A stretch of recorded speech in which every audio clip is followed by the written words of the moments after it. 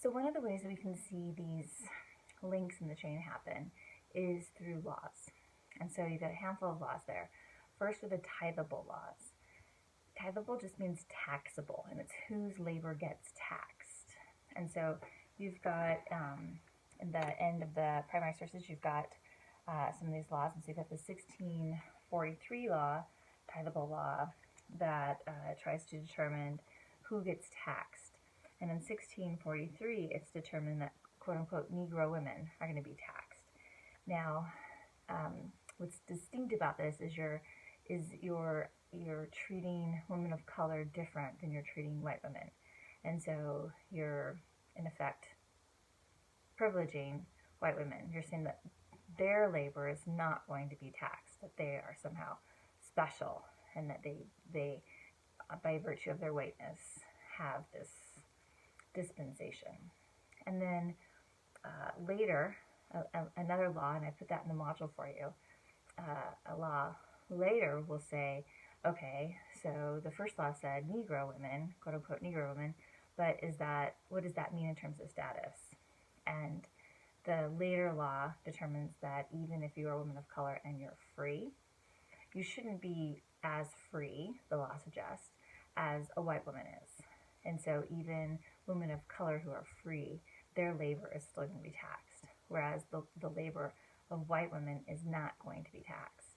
And so, again, that sets up ideas of white privilege, that we're going to treat white women different than we're going to treat women of color. The 1662 law is the one that kind of starts with the nail in the coffin. The 1662 law says that 1662 law says that condition will follow the mother. So think about this for a moment. This is a society based on English law, and we've said this is an incredibly patriarchal society. So in theory, nothing should follow the mother, right? Everything follows the dad. Properties handed down through the father, the names handed down through the father. Nothing is connected to the mother.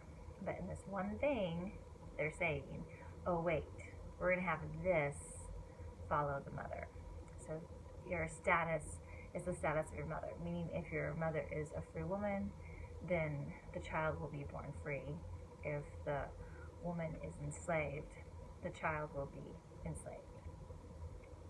So it sets up hereditary slavery. And also think about what this means for slave owners. This creates the possibility of rape of enslaved women, and then these slave owners now are ensured that the enslaved woman's children will also be enslaved. And you have a letter, an excerpt from a letter of Thomas Jefferson, where he writes about the benefits of having enslaved women on a farm versus male laborers. And what he's alluding to is that enslaved women, this is the third president of the United States, is suggesting that enslaved women are more profitable for a farm because they can provide additional slaves. Think about, too, the implications of that taxable law in terms of not just creating white privilege, but also just the economic disadvantages. If you are a black family, the labor of your entire family is taxed, versus if you are a white family and you have, an equal number of male children who are of age whose labor can be taxed, and female children, the only labor that's taxed is going to be the male children in your household, or the children who are of age to be taxed for labor.